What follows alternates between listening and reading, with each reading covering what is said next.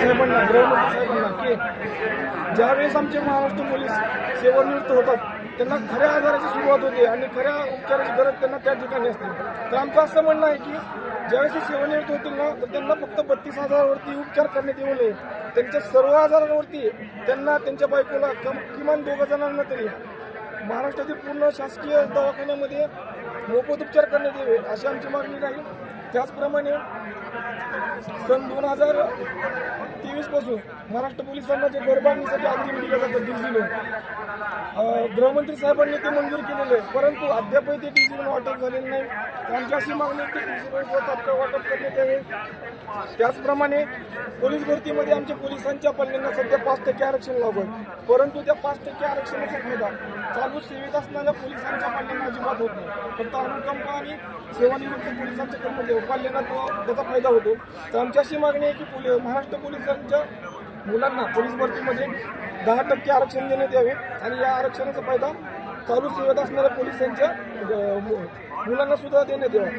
त्याचप्रमाणे सन 2001 पूर्वीपासून पोलीस सेवेत असताना जे पोलीस कर्मचारी निधन पावले त्यांच्या पालनांसाठी त्यांच्या पालनांसाठी अनुकंप पालनांसाठी 3 अपत्यांची अट रद्द करण्यात यावी ही सुद्धा आमची एक महत्त्वाची मागणी आहे.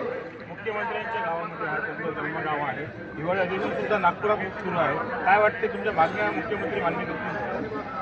कसं म्हणजे जगातील सगळ्यात मोठं महाकाव्य महाभारत संपून जाईल, तर आमच्या आईवडिलांच्या मागण्या संपणार नाहीत आणि कुठल्याही मुख्यमंत्री गृहमंत्री आमच्या आईवडिलांच्या मागण्या अद्याप पूर्ण करू शकले नाही. ज्या ठिकाणी तुम्ही छाती वर काढून आमच्या आईवडिलांच्या जीवावरती बाहेर निघता, पोलिसांच्या खाकीवर्दीला पाहून तुम्ही बाहेर निघता, बाहेर यायची हिंमत करता, त्याच पोलिसांना तुम्ही दुर्लक्ष करता. त्यांच्या परिवाराकडे, त्यांच्या आरोग्याकडे किंवा त्यांच्या प्रश्नाकडे अजिबात गृहमंत्री साहेबांचं लक्ष नाही.